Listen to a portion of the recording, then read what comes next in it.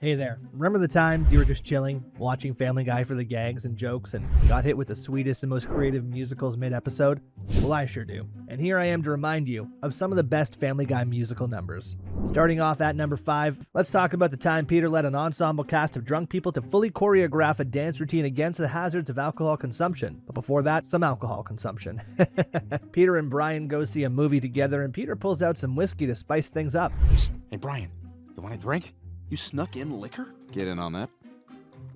I don't know why Brian is surprised. It's not like he's doing anything illegal like sneaking in popcorn.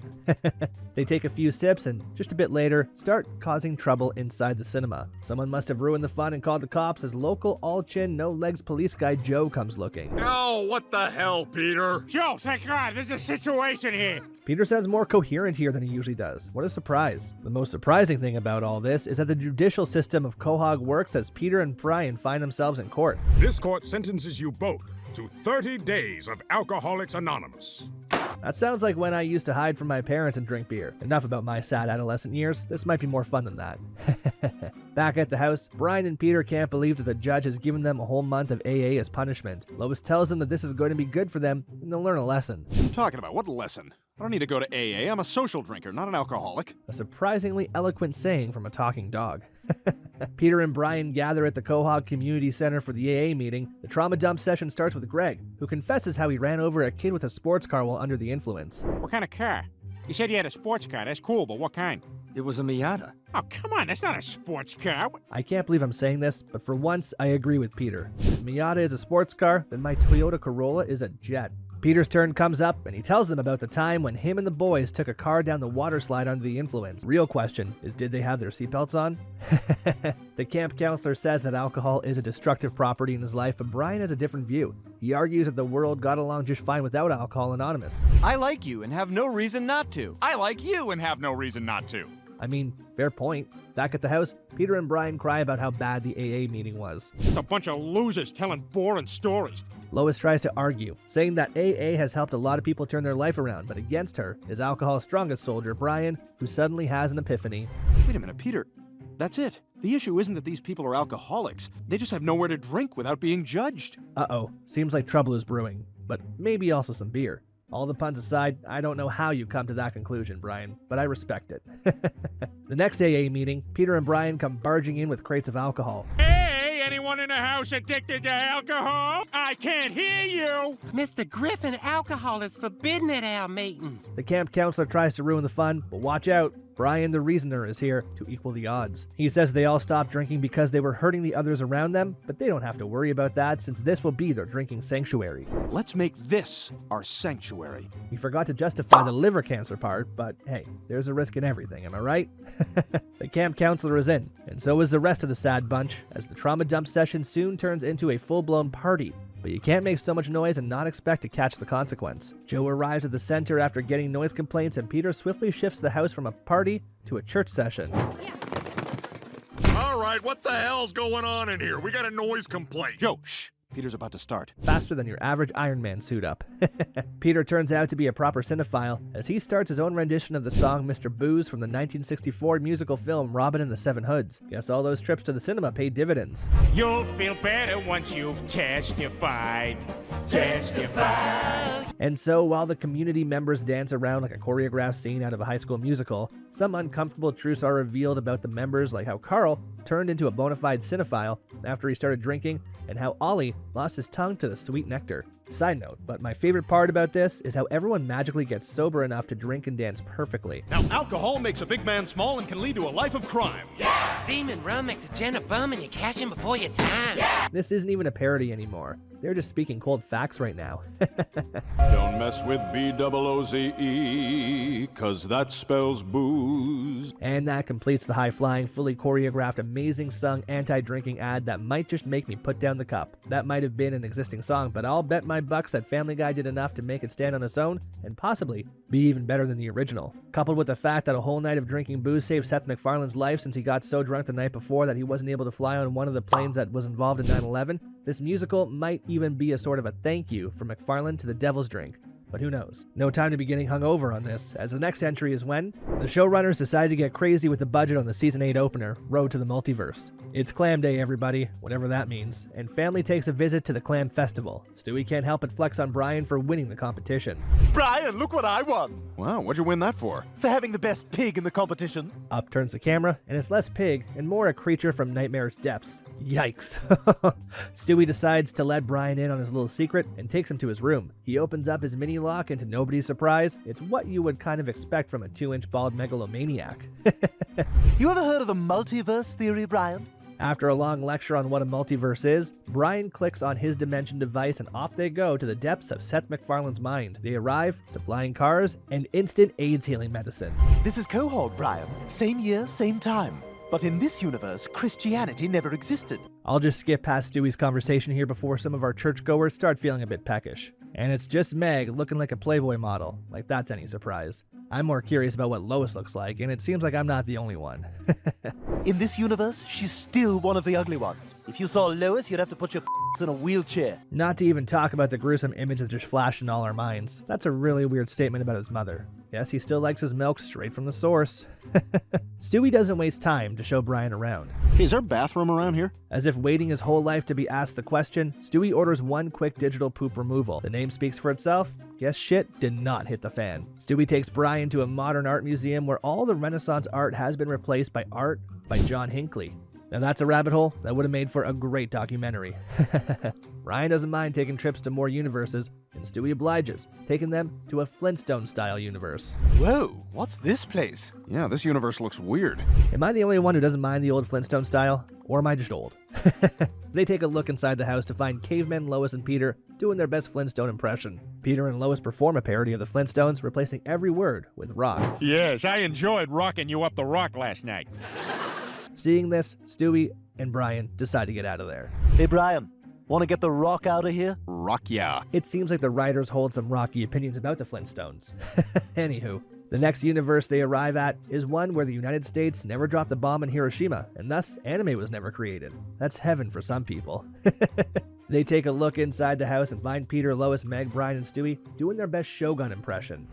僕は君を好きですかない。お前なんか大嫌いだ。でもやっぱり好きだよ。 Well, I think I've seen enough. You have my vote on that. Enough feudalism for today. Let's get back to our universe. Stewie presses the teleporter again, and at first it seems that they are back in their original universe. They hurry back and at first are glad to see that everything is fine. But wait, Peter and Lois have two voices all of a sudden. Sure thing, Lois. Delighted to.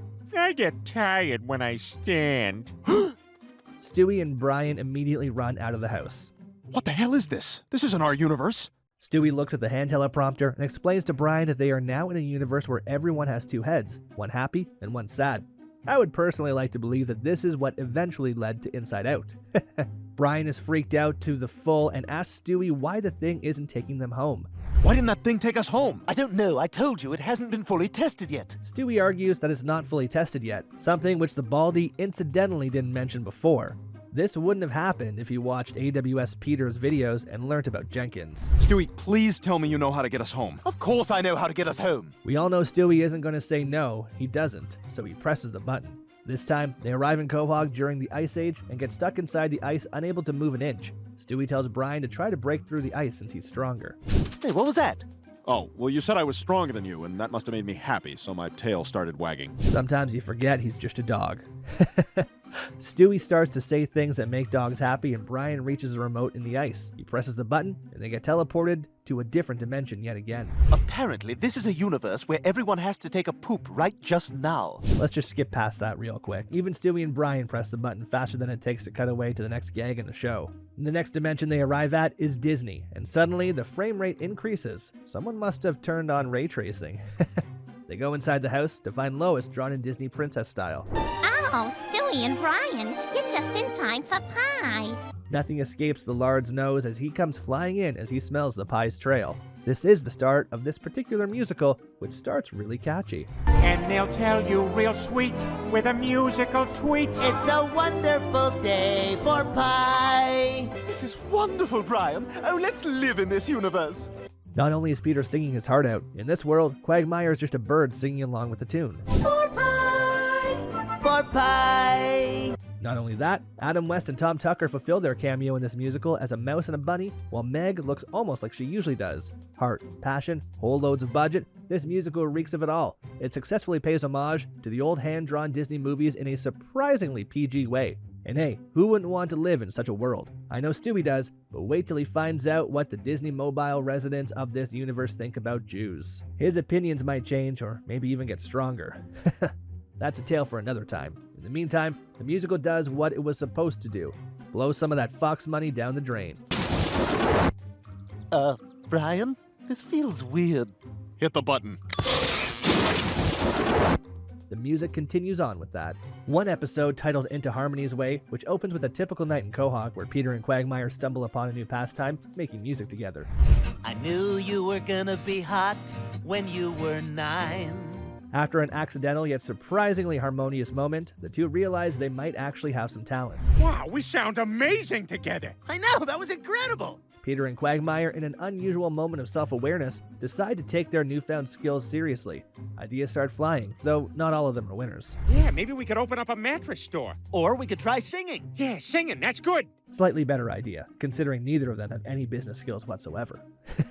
Now fully committed to their musical aspirations, Peter and Quagmire begin brainstorming lyrics. Let's just say they aren't exactly breaking new ground in songwriting. I put a booger on a painting at the museum. Is that anything? Maybe. Depends on how much modern art you've seen. The songwriting session spirals into an impromptu jam session filled with questionable yet strangely catchy lyrics, each one slightly worse or better than the last. Their creative process follows a strict method. Whatever random thought pops into their heads immediately becomes a lyric. I like twins unless they're Siamese. Bold. Questionable, but bold. Probably the most controversial thing he has said. Before they get too deep into their masterpiece, Peter realizes they're out of paper. Naturally, the duo heads to Mort's pharmacy to restock, but the music can't stop now, not when they're on fire. Tomorrow I may buy myself a dining room set or this Boba Fett. While at Mort's store, Quagmire realizes he doesn't have any cash. Peter, being the responsible adult he is, offers to put it on his credit card, because what's a little more debt? 'Cause I have $30,000 in credit card debt. This spontaneous musical number about financial irresponsibility is born from Peter's genuine lack of concern about his growing debt. The tune is surprisingly catchy, and even Mort, usually too busy panicking about his own misfortunes, takes notice. What is that sound? It's like two Mandy Patinkins walked into my store. For those who don't understand what that means, well, me neither. Sorry for just wasting your time right now. Mort is immediately captivated by Peter and Quagmire's harmonies. The moment is almost too pure for him, a man whose life is usually just one disaster after another. He insists that they have something special, and for once, he might be right. That was beautiful, and it must be original because I know every song about money, and I've never heard that one before. Peter explains that the song was inspired by actual events, although he admits that his real-life anxiety about debt is significantly more intense than the song implies. I'm actually up most nights with severe panic attacks. Nothing like a good financial crisis to inspire art. My life is somewhat of a museum too in such case.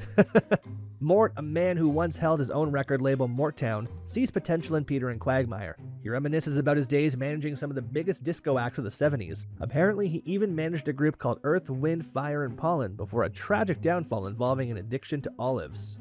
Yes, olives. What has happened to you, Mort Goldman? You've hit rock bottom. It's always the ones you most expect. Despite the questionable past, Mort offers to be Peter and Quagmire's manager, fulfilling the classic role of a talentless middleman taking a lion's share of the profits. But what you need is a manager, someone with no talent who can take a lion's share of your earnings. For reasons unknown, Peter and Quagmire enthusiastically agree, and just like that, they have a manager. Mort is all in, promising to book them gigs and get them noticed. All right, fellas, open mic at the library, your first gig. Go get 'em. And so begins their journey to stardom, or at least to embarrassing themselves in front of a group of people who came to the library for quiet reading time. They take the stage and launch into their first public performance. I've left Stewie alone with strangers. It does not go well. The audience members awkwardly shuffle away, leaving them to sing about digestive issues to an empty room. Even Peter has to admit it was a disaster. Well, this was a waste of time. I could have gone hiking with the girls. But Mort, ever the optimist, at least when it benefits him, sees potential. He uploads their performance to YouTube, because of course that's a thing in Quahog, and by some miracle, a music promoter sees it. Guys, I got great news! We gotta celebrate like girls in their 20s. This sudden success calls for a celebration, which naturally involves Peter mocking the idea of hard work. Great things can happen without any hard work. The American dream, folks. Peter and Quagmire are on their way to stardom, and they're determined to make the most of it. Their next big moment, a performance at the festival where they'll debut a song destined to go down in Family Guy history. Everybody, come along with us. Have you ever put butter on a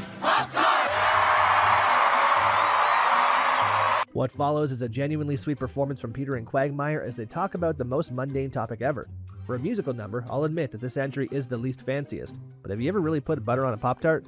If you have, then you'll know the significance of this quaint masterpiece. But do you remember a time when Stewie raps to his psychologist about his issues? Let's bring some variety to the musical genre up in here. No time to be getting hungover on this, as the next entry is when Stewie turned into Eminem while letting out the pent-up frustration in his heart in front of his child psychologist. I do this sometimes in yoga. Nobody here likes me, Dr. Pritchfield, and I have nobody to eat lunch with. Being a genius takes a toll on a person when you don't have anyone around you. At least that's Stewie's situation, because I don't personally know a 1-year-old genius. However, the psychologist has something to say. You pushed a classmate down the stairs. It was an accident. Turns out that being a little aggressive is also one of the reasons why Stewie is a loner.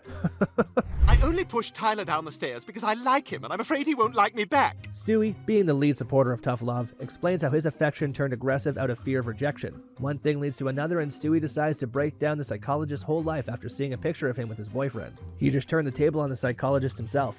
After a while of roasting the psychologist, he reveals that he knows some songs but doesn't have anyone to sing them to. And I've even memorized some of the songs, but I have no one to sing it for, and I'm really good. Do you want to hear it? And so with no other choice but to hear the poor lad out, the psychologist agrees to hear him out. How does a bastard, orphan, the $10 founding father without a father got a lot? With a heart so heavy that the nose starts letting down, Stewie doesn't let anything stop him.